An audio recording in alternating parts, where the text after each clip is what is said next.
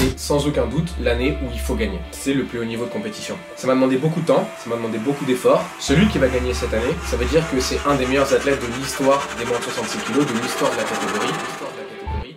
What's up mes boys, j'espère que vous allez bien. Aujourd'hui, on se retrouve pour parler d'un truc très simple. J'ai les championnats du monde dans 17 jours au moment où je tourne cette vidéo et je vais vous donner mon plan pour gagner les championnats du monde.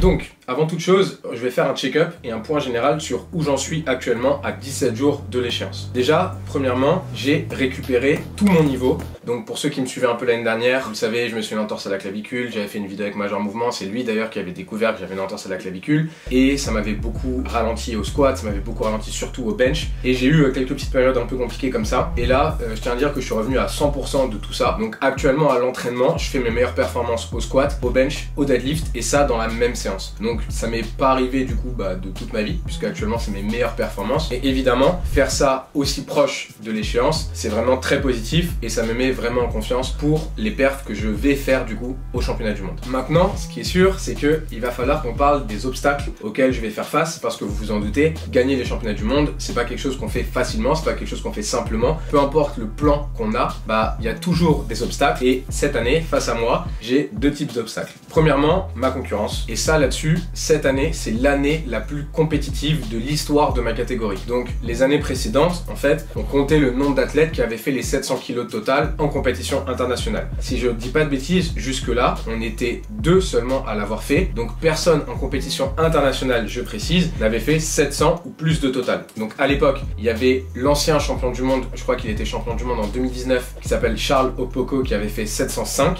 en compétition internationale lors des championnats du monde 2019. Et moi, du coup, lors des championnats d'Europe 2021, où j'ai fait 700 kg total. Donc, mis à part ces deux performances, dans l'histoire de ma catégorie, il n'y a pas eu en compétition internationale d'autres perfs à 700 ou plus de total. Entre temps, il y a eu un athlète qui a fait plus que 700, il a même d'ailleurs fait plus que 705, il a fait 710, il a fait ça lors des championnats d'Asie 2022 et c'est un des concurrents principaux à qui je vais faire face cette année lors des championnats du monde. J'ai pas envie de détruire son nom parce qu'il a un nom thaïlandais, on va dire il s'appelle Opor Kassem. Je crois que c'est plus dur que ça, mais je vais l'appeler Opor Kassem. Donc évidemment, il y a lui, puisqu'il a fait 710 en compétition internationale, je le précise. Et pour ceux qui se posent la question, faire une perf en compétition nationale ou en compétition régionale et faire une perf en compétition internationale, c'est le jour et la nuit, ça n'a rien à voir. En compétition internationale, les arbitres sont plus stricts, beaucoup plus exigeants, ils laissent passer aucune erreur, il y a la concurrence, donc tu peux pas choisir les barres que tu veux parce que tu es contre quelqu'un et tu sais que tu dois faire ci ou faire ça, parce qu'après si tu prends un gros risque et que tu rates, lui il va pouvoir te rattraper derrière. Donc le game national ou le game régional et le game international, c'est deux choses radicalement différentes et opposées. C'est pour ça que, de mon point de vue, je ne compte les performances à 700 kg ou plus dans ma catégorie comme significatives que lors des compétitions internationales. À côté de ça, il y a deux autres athlètes qui ont fait aussi 700 et même 700 plus, mais ils l'ont fait lors de compétitions nationales. Donc il y a le japonais qui l'a fait lors de sa compétition nationale au Japon et il y a l'américain qui l'a fait lors de sa compétition nationale aux États-Unis. Je viens d'expliquer pourquoi je prends moins en compte ces performances d'un point de vue absolu, mais ça n'empêche que ces athlètes ont fait ces performances à un niveau d'exigence moindre, à un niveau de compétition moindre, mais c'est des perfs qu'ils ont réalisés, donc ils en sont capables. Et donc si on prend tout ça, cette année, c'est la seule année de l'histoire de l'IPF, de l'histoire de ma catégorie, où on est 4 à avoir fait 700 ou plus, et sur les 4, on est 2 à avoir fait 700 ou plus lors de compétitions internationales. Évidemment, c'est sans aucun doute l'année où il faut gagner, parce que celui qui va gagner cette année, ça veut dire que c'est un des meilleurs athlètes de l'histoire des moins de 66 kg, de l'histoire de la catégorie, et évidemment, vous en doutez, vous me connaissez, j'ai envie d'être cet athlète. Maintenant, si on prend la comparaison entre ces athlètes et moi, la différence c'est que, en général, je suis un peu plus fort au squat et au bench.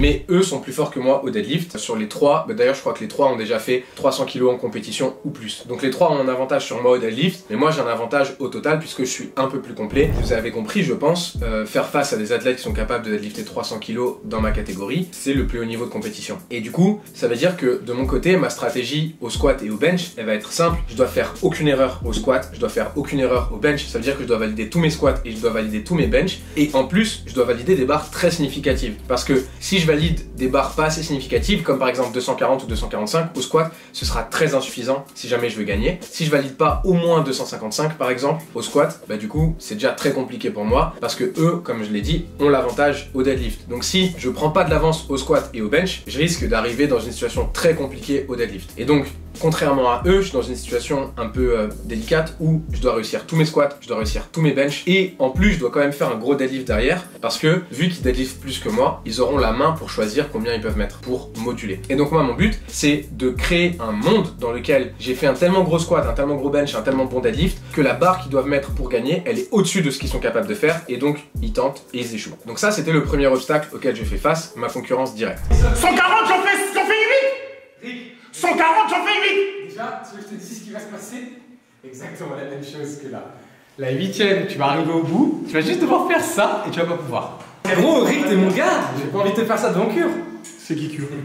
C'est lui là. Oh, il t'a flopé, gros. T'as flopé. Tu peux pas faire ça à toi-même. Rater 2 fois.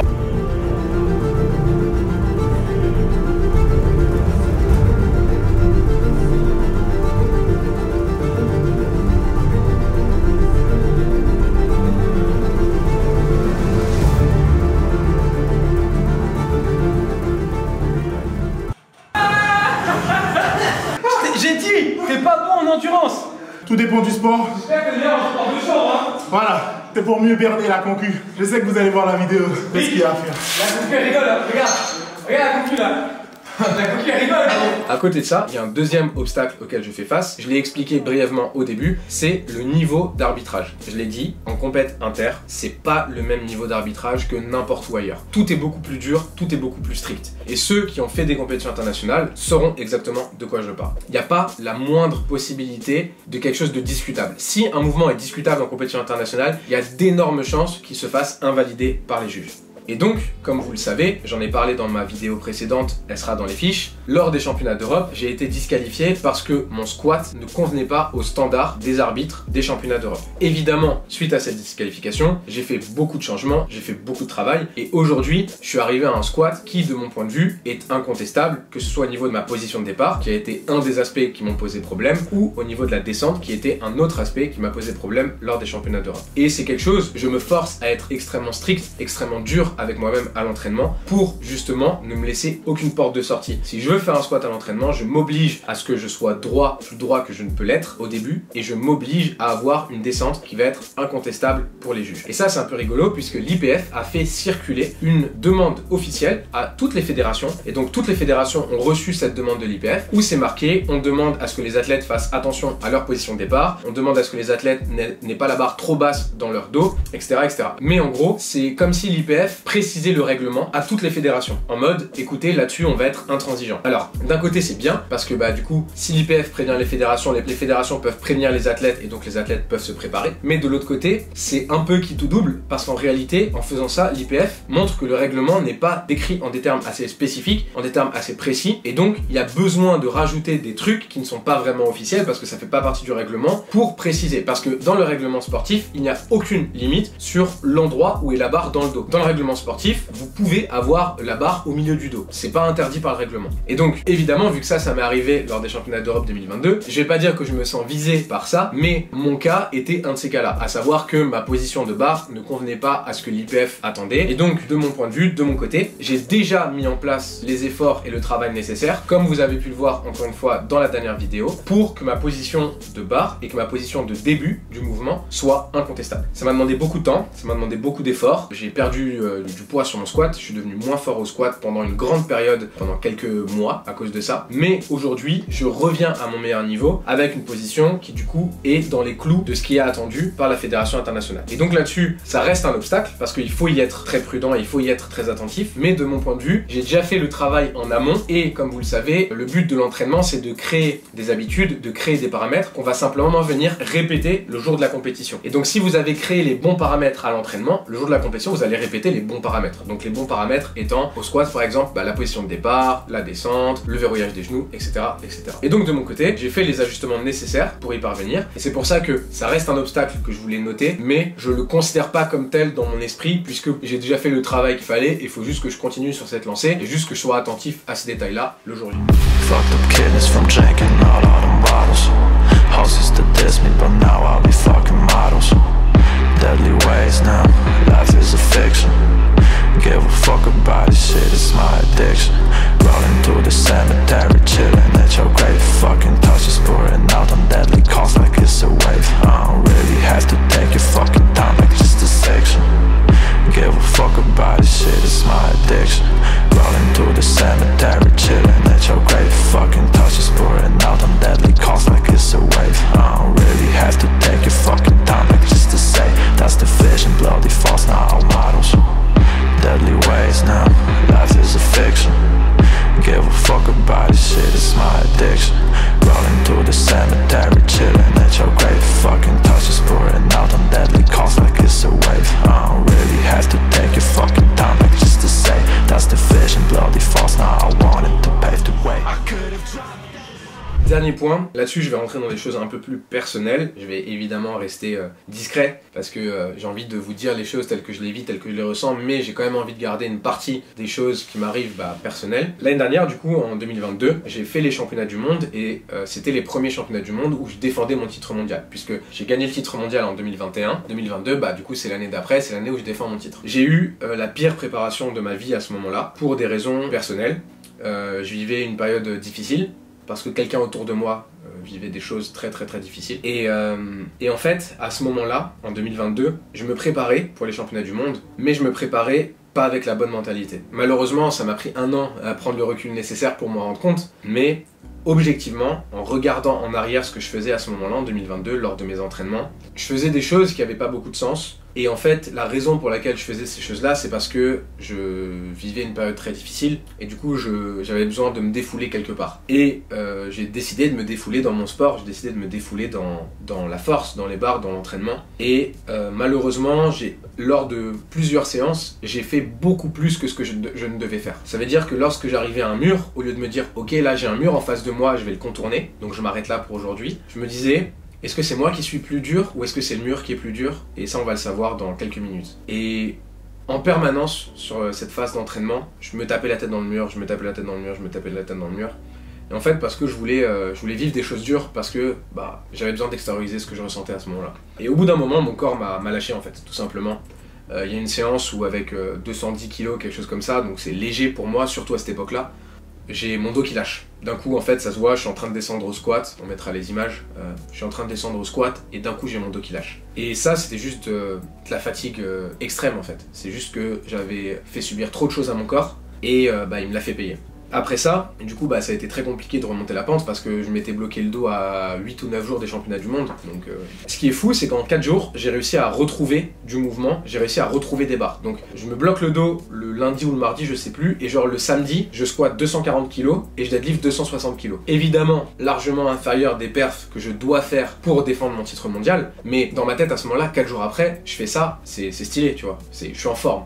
Et je suis en train de revenir. Donc je vais faire les championnats du monde et j'arrive en Afrique du Sud, je tombe malade. Donc après coup c'était le Covid, je le savais pas sur le moment, mais après coup c'était le Covid. Donc j'arrive pas à manger, j'arrive pas à dormir, j'ai une fièvre, je monte à 40 2 nuits d'affilée, non-stop. Et du coup, le matin des championnats du monde, c'est la première matinée où j'arrive à me lever, à sortir de mon lit depuis mon arrivée en Afrique du Sud. Et en fait, à partir de ce moment-là, j'ai commencé à avoir une petite bascule mentale où je me suis dit, la vraie force, c'est pas te faire mal à l'entraînement. Je me suis dit, la vraie force, c'est accepter les obstacles et trouver le moyen de les surpasser en fait. Le jour des championnats du monde, je sais pas comment, j'ai réussi à sortir 250 kg au squat. Sachant que, comme je l'ai dit, j'avais passé 3 jours à être 100% malade. Une semaine avant, je m'étais bloqué le dos, etc., etc. Et je sors 250 kg au squat au championnat du monde en 2022. Et en fait, à ce moment-là, je me suis dit, ok, c'est ça la vraie force. Et du coup, évidemment, la situation dans laquelle j'étais l'année dernière en 2022 ne s'est pas améliorée à 100%. Il y a eu des hauts, il y a eu des bas. Mais en tout cas, ce qui est sûr, c'est que actuellement à l'entraînement, je reproduis pas les erreurs du passé où je fais des choses pour me faire mal sans vraiment m'en rendre compte. Actuellement, les actions que je mène à l'entraînement, c'est des actions posées, cohérentes, réfléchies, et c'est des actions qui, je suis persuadé, m'amèneront à mon meilleur niveau au championnat du monde cette année en 2023. Et ça, en fait, je le dois à mon année 2022. Même si en 2022, je suis tombé tout en bas, même si j'ai perdu mon titre mondial, j'ai perdu mon titre européen, parce que du coup, au championnat du monde, j'ai fait ce que j'ai fait 5e. Au championnat d'Europe, j'ai été disqualifié, donc j'ai perdu mes 2 titres la même année, en 2022. J'ai le sentiment profond en moi que 2022 m'a permis et va me permettre de devenir le meilleur athlète que je pourrais être dans ma vie, dans ma carrière. Et ça commence avec cette année en 2023, ça commence avec ces championnats du monde. Donc voilà, j'espère que vous aussi de votre côté, vous pourrez retirer quelque chose de ça. Je pense qu'on fera encore une vidéo peu de temps avant les championnats du monde, histoire de vous update là-dessus mes boys, mais voilà où j'en suis actuellement, voilà dans quel état d'esprit je suis. Et j'ai fait une petite story sur Insta hier, et je tiens à le dire, à l'approche d'une compétition comme ça, malheureusement je me ferme à tout en fait. C'est pas que, c'est juste les choses autres que ma compétition ne m'intéressent plus.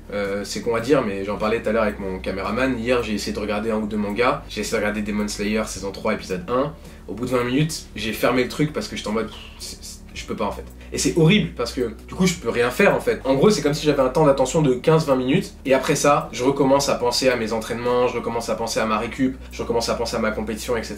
Et je déteste en fait être dans cet état d'esprit parce que j'ai l'impression que j'arrive à rien faire. Mais malgré tout, je tiens à le dire là maintenant aujourd'hui, je vous remercie vraiment du fond du cœur pour le soutien que vous m'apportez, les messages que vous m'envoyez, les commentaires que vous mettez sur les posts Insta, YouTube, etc. Vous vous rendez pas compte, mais moi ça me touche vraiment sincèrement, ça me touche vraiment profondément. Et voir à quel point vous avez confiance en moi, je suis en mode putain c'est trop en fait. Ça veut dire que si les gens derrière leur écran ils ont autant confiance en moi, je dois faire quelque chose, tu vois, je dois faire une dinguerie. Et donc j'en ai parlé un peu plus tôt, mais voilà, j'ai des raisons qui font que je veux gagner ces championnats du monde, je l'ai promis à une certaine personne. À côté de ça, vous, votre soutien, c'est une des autres raisons qui fait que j'ai envie de gagner. Je me dis, quand t'as autant de gens derrière toi qui s'intéressent à ce que tu fais, qui veulent te voir gagner, gros, tu peux pas perdre. Donc voilà, c'est avec cette mentale qu'on va au championnat du monde, les boys. Et voilà, je veux juste vous remercier pour ça, et on va y aller ensemble. Fucked up kidneys from drinking all of them bottles. Houses that diss me, but now I'll be fucking models. Deadly ways now, life is a fiction. Give a fuck about this shit, it's my addiction. Rolling through the cemetery, chilling at your grave. Fucking touches pouring out on deadly calls like it's a wave. I don't really have to take your fucking time like just a section. Give a fuck about this shit, it's my addiction. Rolling through the cemetery, chilling at your grave. Fucking touches pouring out on deadly calls like it's a wave. I don't really have to take your fucking time like just to say that's the vision, bloody fuck.